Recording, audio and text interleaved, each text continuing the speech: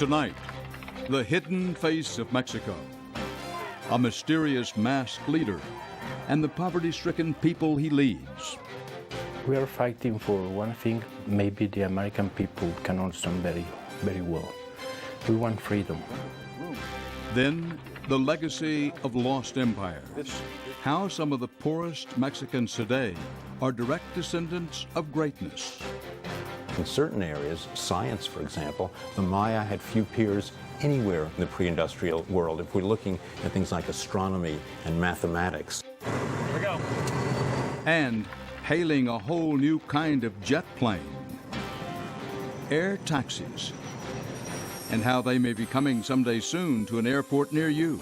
I think it's a huge deal if you live in communities that don't have the commercial support.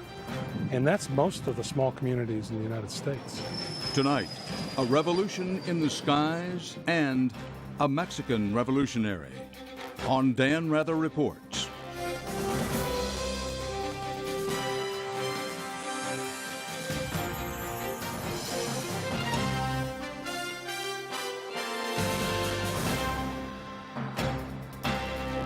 Good evening. We think we know the face of Mexico, but there's so much about the poor and sometimes volatile country to our south that most of us know little about. Far from being the monolith it's often portrayed as, Mexico is a country full of internal divisions, a widening gap between rich and poor, for example, which is driving so many of its citizens over the border and into the United States. But there's also a part of Mexico that reminds us of a tragic chapter in our own history, the treatment of its native Indians. While our so-called Indian wars ended more than a century ago, in Mexico, they continue to this day. 13 years ago, some of those Indians rose up in arms against the Mexican government. Their leader, a mysterious masked man who says he speaks for the poor and the dispossessed. The descendants of an ancient Indian empire. He is the hidden face of Mexico, and he has a message he thinks we Americans need to hear.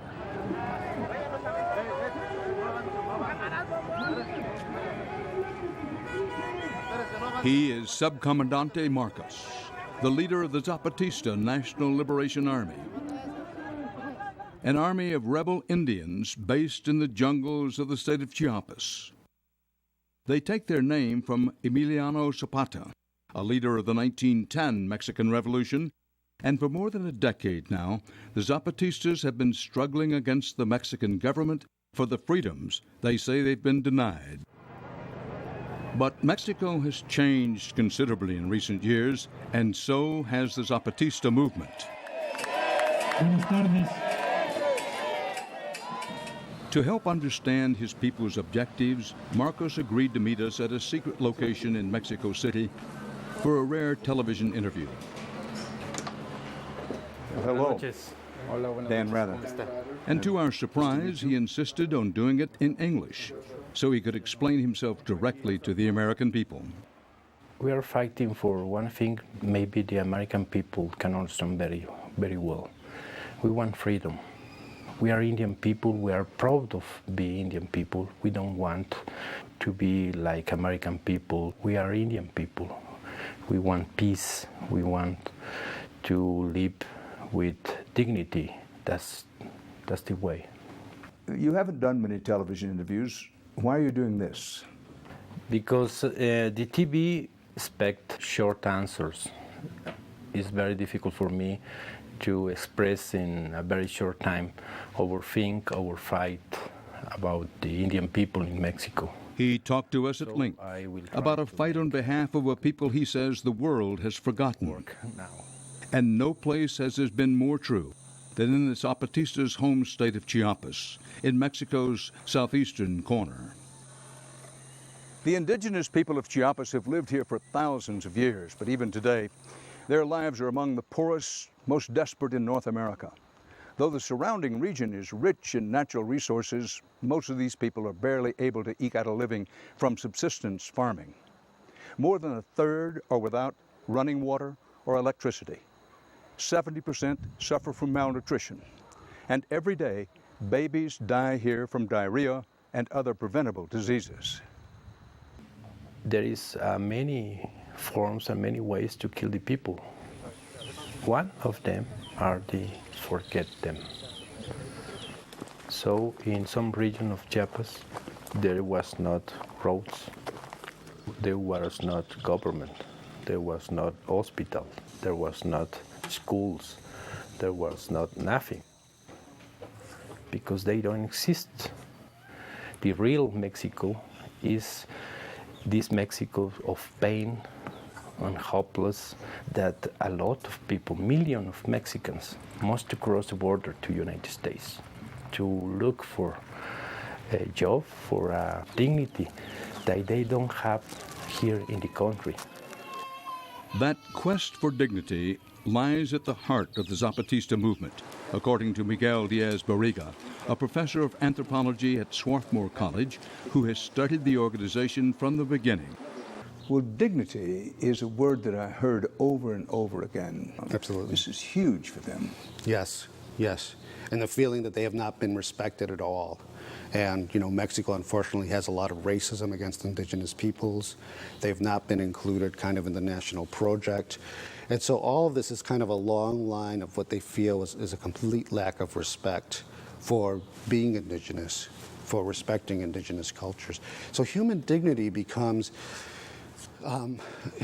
a way to sort of say this movement is not just about electoral processes. This movement's not just about us getting a set of rights. It's about us being able to express our humanity, our culture, to take control of our lives.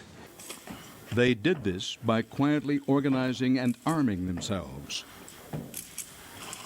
13 years ago, the Zapatista National Liberation Army, led by Subcomandante Marcos, decided the time had come to grab the world's attention. Ejército Zapatista de Liberación Nacional, México. It was in the early morning hours of New Year's Day in 1994 when Marcos and the Zapatistas seized control of San Cristobal de las Casas and 3 other towns in this region. Fighting lasted less than 2 weeks before the rebels faded back into the jungle. But what happened back then shook Mexico to its foundation, and there were reverberations felt around the world. When it was over, more than 150 people were dead. It was a violent and bloody reminder of the harsh conditions plaguing Mexico's Indians. A reminder that many people in Mexico welcomed, even if their government did not. The reaction in Mexico as a whole was one of surprise, of hope, of wondering what was this revolution about, and almost immediately the state responded militarily, but it knew that it could not, as it were, go in and wipe the Zapatistas out.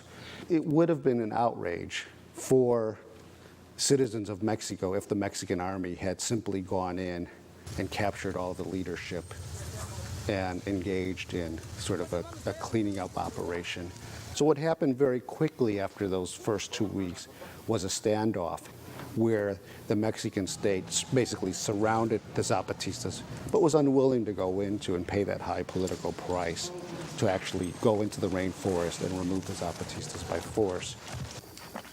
Even before the fighting had ended, political activists around the world had embraced the ragtag band of revolutionaries, particularly their charismatic leader, Marcos.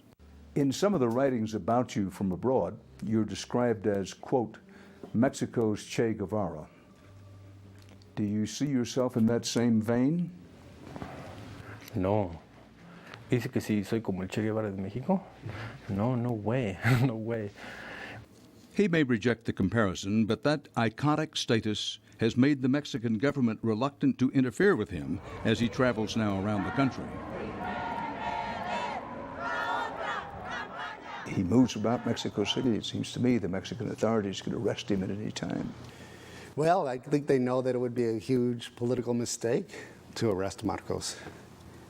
It would be a call to arms for many parts of many aspects of the Mexican population. So yes, very difficult to reconcile. The government has dropped its arrest warrant for him, but Marcos still takes elaborate security measures wherever he goes. Indeed, the police officers surrounding him here are not there to protect him, but to monitor him. Al hacer esto, hacían realidad el compromiso que Marcus's face has never been seen in public, but fear of arrest is not the reason he hides it. But after all these years, you still wear the mask. Why keep it on now? Because I am so ugly. Well, it's a reason. I hear from the ladies that they find you quite romantic, describe you as a rock star. Because they don't love my face. That excuse will not work. There is one reason. When the people look to us, look with the mask. When we don't wear mask, nobody look at us. Nobody listen us. But when we hide in our face, everybody looks. So when we took the guns and began to fight to the government and put our mask, everybody turns back and say, hey, there are Indian people in Mexico and they are in poor conditions. The Zapatistas are trying to defend the indigenous cultures, not with guns this time, but by simply governing themselves. It's the only way, Marcus says, that they can maintain their dignity. We decided to see for ourselves by visiting some communities in the remote mountain and jungle territory controlled by the Zapatistas in Chiapas, near the Guatemalan border. It's not an easy journey. The Mexican Army has stationed tens of thousands of soldiers in these surrounding mountains. By some estimates, almost 1/3 of the entire Mexican Army. They've been here for well over a decade now with one mission: to surround the Zapatistas and their core followers and cut them off from the rest of the world. How can you have much dignity when the army You will see. of Mexico has you surrounded? You will see. These people is different of the other people.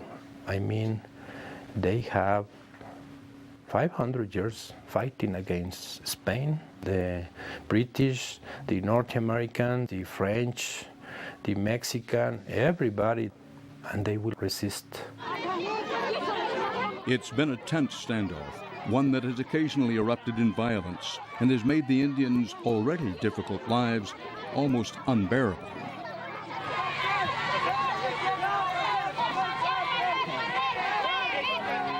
In response, the Zapatistas have created their own autonomous communities, dozens of them, that neither want nor receive assistance from the government.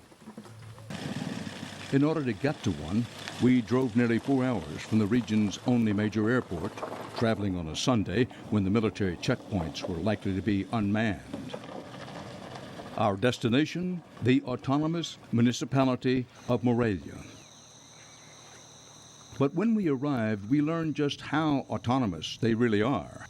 Though our visit had been approved by Marcus himself, the villagers, all of them wary of outsiders, told us that they alone would decide if we'd be allowed to stay.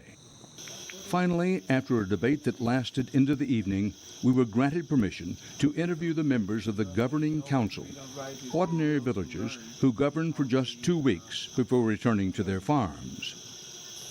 None would give us their names or allow us to show their faces.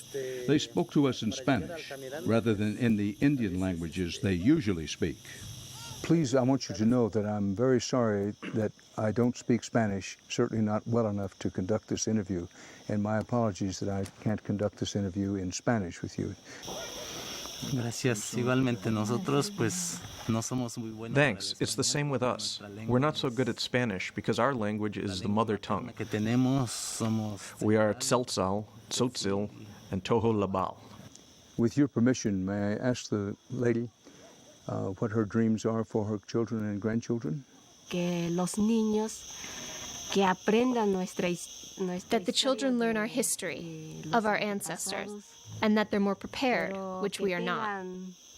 Más preparación que nosotros de que no tenemos. What we're lacking is that not all of us understand Spanish very well. Entendemos, bueno, más español, no. Why the local councils wear the masks? Symbolic or necessary? Probably more symbolic than necessary. Probably more symbolic that they are all Zapatistas, that they are not in this for individual gain. I would have to say that it's very symbolic. There may be some security concerns in there, of course. Well, the Army has the place surrounded. Absolutely. So you can make the argument that Absolutely. in itself might be a security concern. And even more difficult are the paramilitaries, whom no one seems to put any responsibility towards in terms of the state. The paramilitary would be those operating for big landowners, big corporations, moneyed people. Yes, outside of the sort of official army. Are we in any danger here with all these lights and out? Are we in any danger from the soldiers here? Siempre y cuando el gobierno nos está persiguiendo. The government is always persecuting us. What's happening now is that the government has never left us in peace. Está pasando ahora, pues el gobierno nunca nos ha dejado en paz, sino es. If it's not the Mexican army, it's the paramilitaries, the intelligence agents, all that. La inteligencia, todo eso. Pero nunca hemos vivido una vida tranquila. We've never lived a quiet life because there have always been threats. As in any area of extreme poverty, there are many threats, even greater than the military. The next day, we were taken to another Zapatista village several miles away, where we took a tour of what the people call their pharmacy. We use a lot of plants because we don't have the money needed to buy medicines. So here we work mostly with plants, nothing else. And right now, we're out of everything. At another village down the road, more of the same. These young boys asked us 5 times which one of us was the doctor. We told them we couldn't help them. Despite their desperate poverty, the villagers do the best they can, running their own schools, for example, not just for children, but for adults as well. They're making their own decisions, passing their own laws, and trying to reclaim the dignity they believe they lost 500 years ago. They are still attempting to articulate this perhaps utopian vision of grassroots democracy and participation, forming community councils, forming councils of indigenous groups, creating dialogue, of saying, we want to know what democracy should look like, we want to know how to get there, and we need to form that vision together. So they're calling people to come together and create a new vision of what society should be like. Our conditions of life are very poor. But we have something that the other Indian people doesn't have, is we are convinced that we will win. Coming up next. I think in relation to the thrust, what's happening in modern Chiapas, I think the important point is that the people there today are descendants of a great tradition.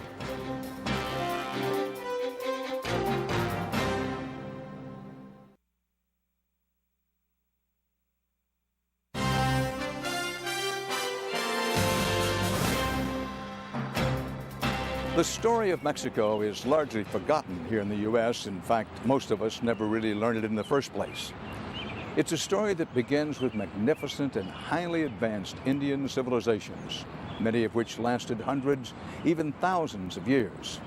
Until, that is, the arrival of the Spanish conquistadors, led by Hernan Cortez, nearly 5 centuries ago.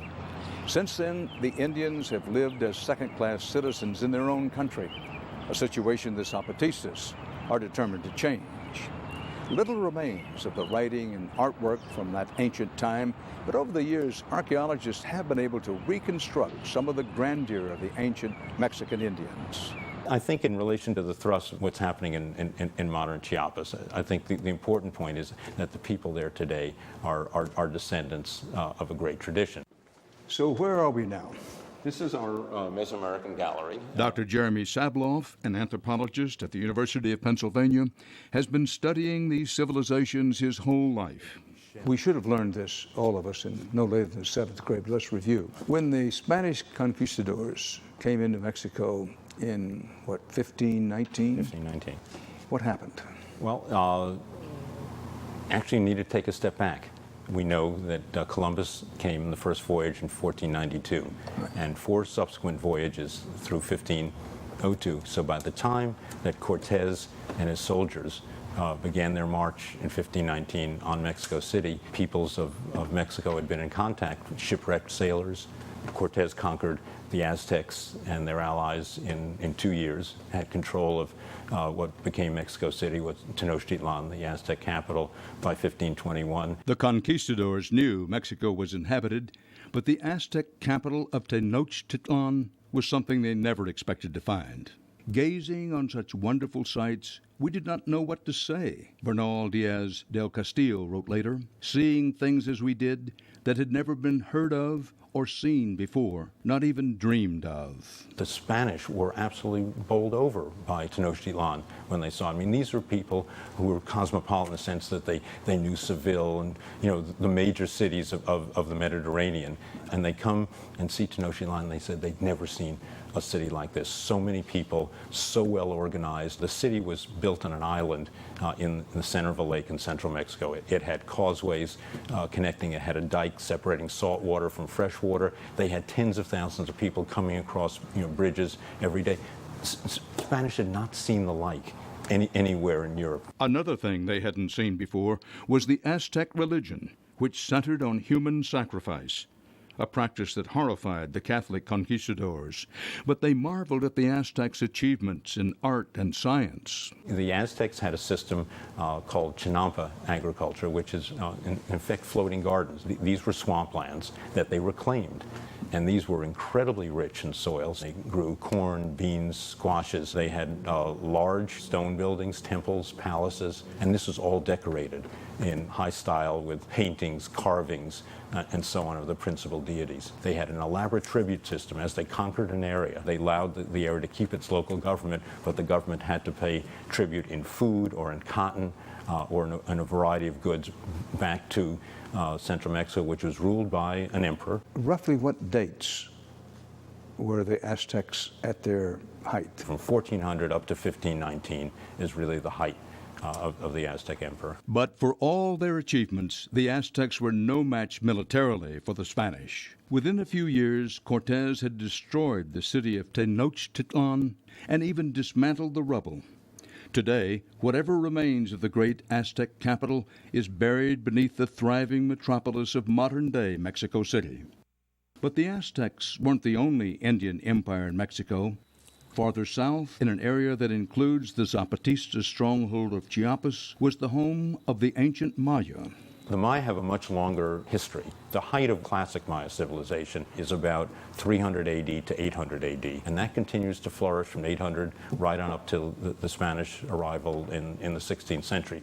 What a wonderful room. Yeah. Well, thank you. This stands out in the room, yeah. this monument. This is a wonderful monument. This is on loan from the government of Guatemala from a site called Piedras Negras. The museum actually worked there in the 1930s. This is, I think, gives you a remarkable sense that that's a Maya ruler. But up until the 1950s into the 60s, it was often felt that these were deities, and the hieroglyphic inscriptions that you see here, we're talking about esoteric matters like astronomy and mathematics and so on. Several great scholars made the strong argument that this was actually an historical figure, a ruler, and that these glyph phrases talked about his ascension to the throne, when he became king, when he was born, how long he lived and ruled. This is in writing in stone, the equivalent of going to Lincoln Memorial or Washington Monument and so on, and telling us about the great person. Well, these are some wonderful examples of the sophistication of Maya art. You have two Maya vases. These actually come from the Guatemalan highlands. You can see, first of all, the remarkable sophistication of the figures. And you have, in this case, you actually have a ruling figure with acolytes. And the one up there actually has a ruler being carried. And this is depicting Maya travel, so we can appreciate them aesthetically. But they also have a great deal of information. The use of color and space and so on is really quite remarkable. In certain areas, science, for example, the Maya had few peers anywhere in the pre-industrial world. If we're looking at things like astronomy and mathematics. This, as you described it, very sophisticated, very advanced civilization, collapsed. When did it collapse and why? It fully collapsed in the early 16th century when they were militarily conquered by the Spanish, but they were defeated, in a sense, before they were militarily by disease. For the modern-day descendants of the Mayans, It's a bitter history they know all too well. In 1519, when Cortez arrives, the population in that area minimally was 10 to 15 million. 50 years after the first contact with Cortez, that population is 1.5 million. In your opinion, what is the biggest misconception modern people have about the Mesoamericans? They can't believe that Native American peoples, without contact with either peoples in Europe or the Near East, were able to achieve this by themselves. You see them even in places like Chichen Itza, or walking around, they're saying, wow.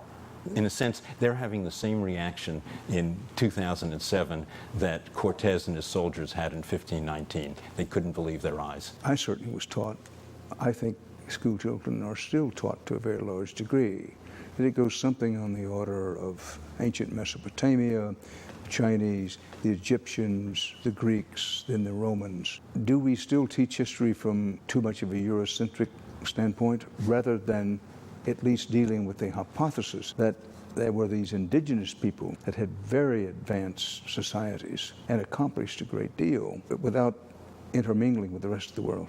We're doing a better job today than we did 10 or 20 years ago, but we're not anywhere close.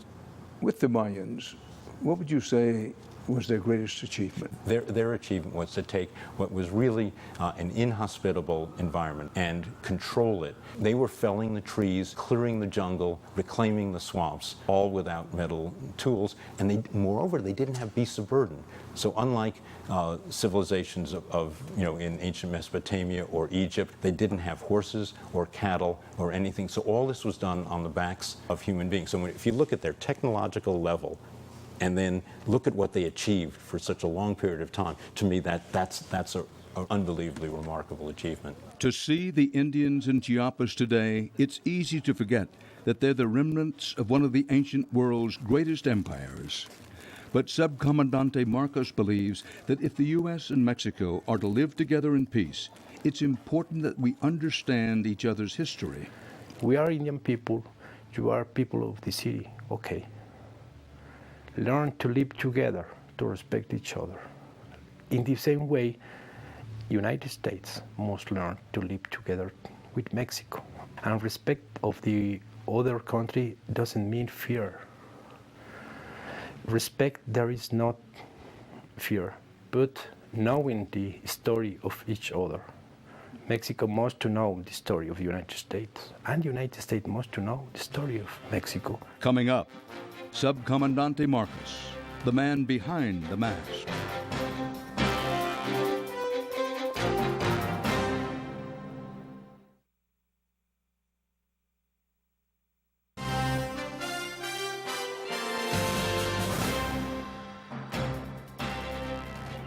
Subcomandante Marcos, the man who's trying to help the Indians recapture at least some of that past grandeur, is in many ways an unlikely candidate to lead an indigenous rebel army.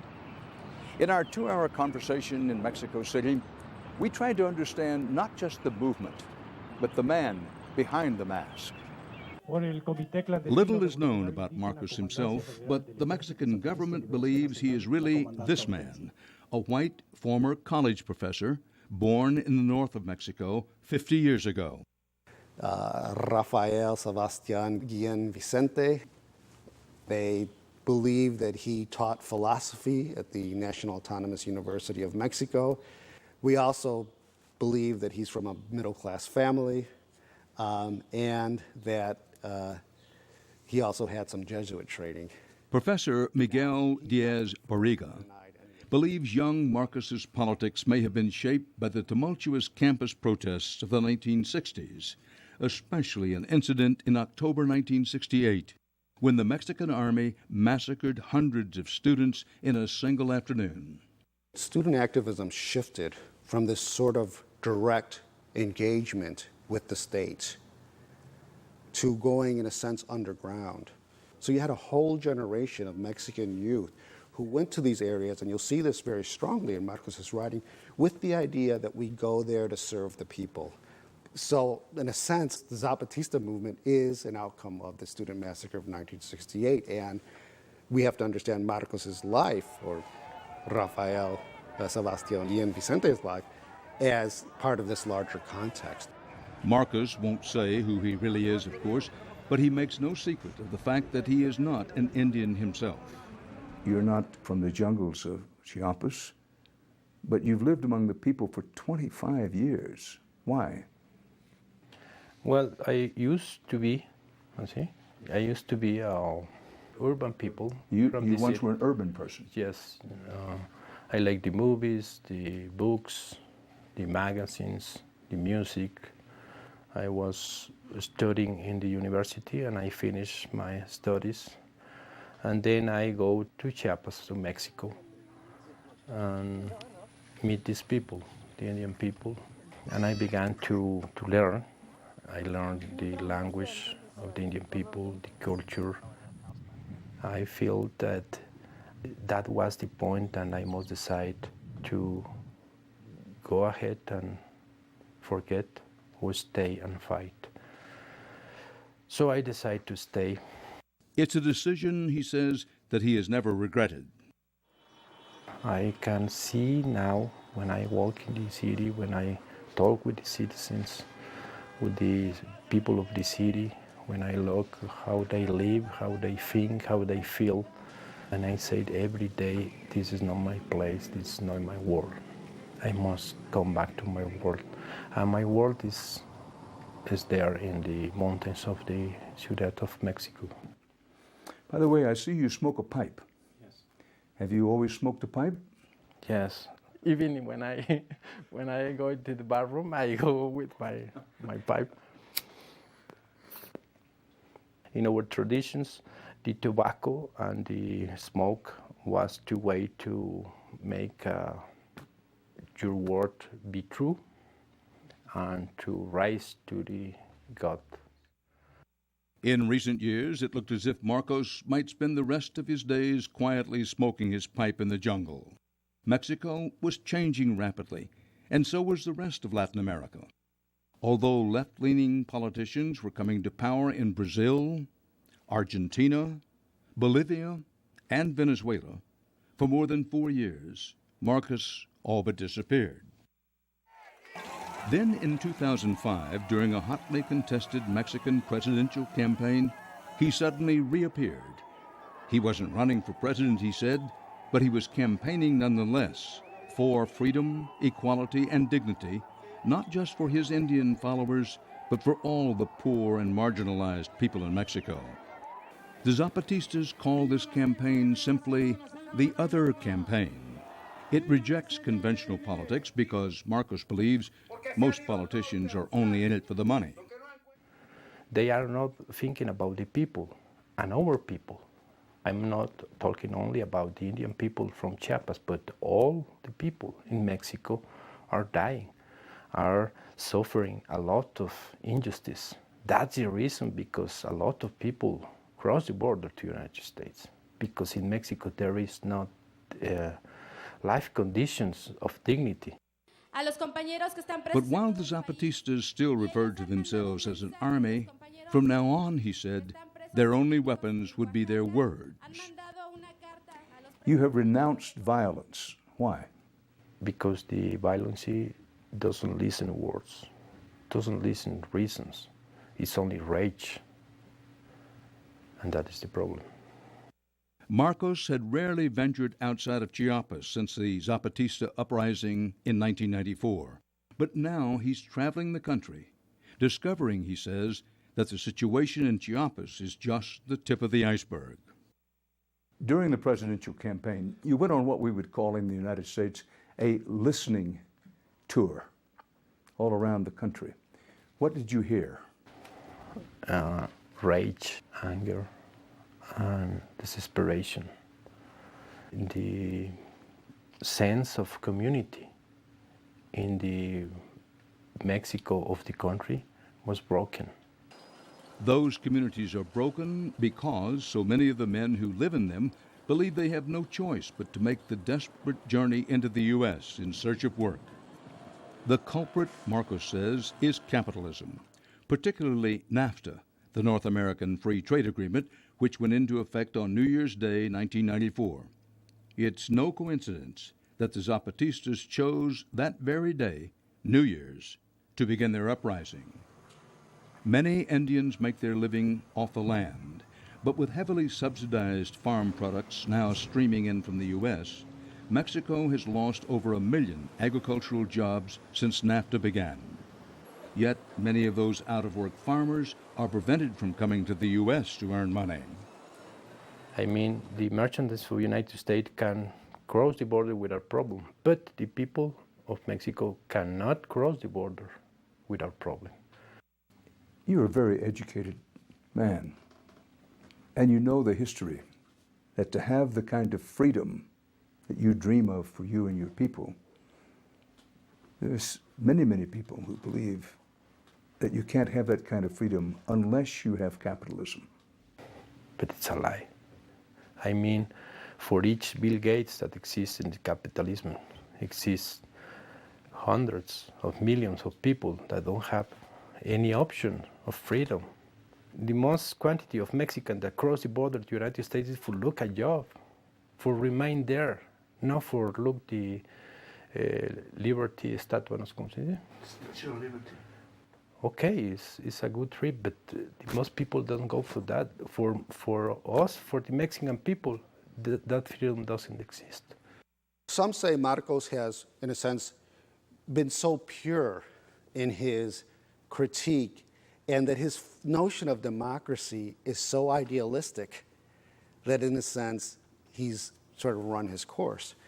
Others see him as a person who has enriched the Mexican political scene, whose voice is extremely important in calling for these sort of large-scale reforms. So imagine you have this very small movement in Chiapas. They're politically isolated. But on the other hand, thousands of people go still hear Marcos speak. The message they come to hear is increasingly about breaking down borders, the borders between rich and poor, between Indians and non-Indians, and between Mexico and the United States. Our story is in some kind the same of the story of the American people. I remember that is the meaning of democracy, the government of the people, for the people, and from the people. Am I right? Maybe Jefferson said something like that. Abraham Lincoln said government of the people, by the people, for the people. Yes, that's what we're fighting for that. Next up, an aviation revolution that's ready for takeoff.